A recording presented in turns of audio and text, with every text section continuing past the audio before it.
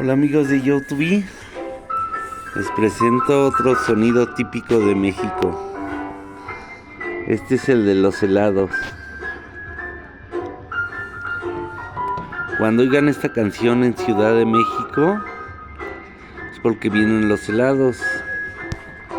Ahí pueden ver su puesto. Esta es Alonita.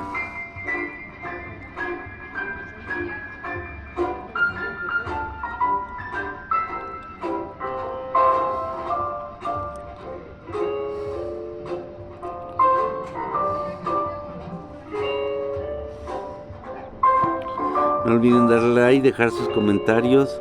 Si quieren comentar en el video cuáles otros sonidos ustedes identifican. No olviden darle like, suscribirse y un saludo para los que nos ven en otros países.